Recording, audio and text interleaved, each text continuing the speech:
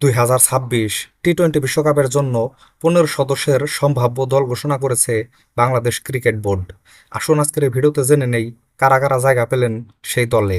দলে থাকা 15 জন খেলোয়াড় হলেন অধিনায়ক লিটন দাস, সহ অধিনায়ক সাইফ হাসান, তানজিদ হাসান তামিম, পারভেজ হোসেন ইমন, তাহিদ হৃদয়, নুরুল হাসান সোহান, শামীম হোসেন পাটোয়ারি, মোস্তাফিজুর রহমান, তাসকিন আহমেদ, তানজিম হাসান সাকিব, মোহাম্মদ সাইফুদ্দিন, শরীফুল ইসলাম, শেখ মেহেদী হাসান, রিশাদ হোসেন ও নাসুম আহমেদ। বিশ্বকাপ শুরুর 15 দিন আগে পর্যন্ত এই স্কোয়াড চেঞ্জ করতে পারবে বাংলাদেশ। বিশ্বকাপে নিজেদের প্রথম ম্যাচে আগামী 7 ফেব্রুয়ারি দুপুর 3:30টায় ওয়েস্ট ইন্ডিজের বিপক্ষে মাঠে নামবে বাংলাদেশ। এরপর নিজেদের দ্বিতীয় ম্যাচে আগামী 9 ফেব্রুয়ারি সকাল 11:30টায় ইতালির বিপক্ষে মাঠে নামবে বাংলাদেশ। এরপর নিজেদের তৃতীয় ম্যাচে আগামী 14 ফেব্রুয়ারি দুপুর 3:30টায় ইংল্যান্ডের বিপক্ষে মাঠে নামবে বাংলাদেশ। এরপর নিজেদের চতুর্থ ম্যাচে আগামী 17 ফেব্রুয়ারি রাত 7:30টায় নেপালের বিপক্ষে মাঠে নামবে বাংলাদেশ।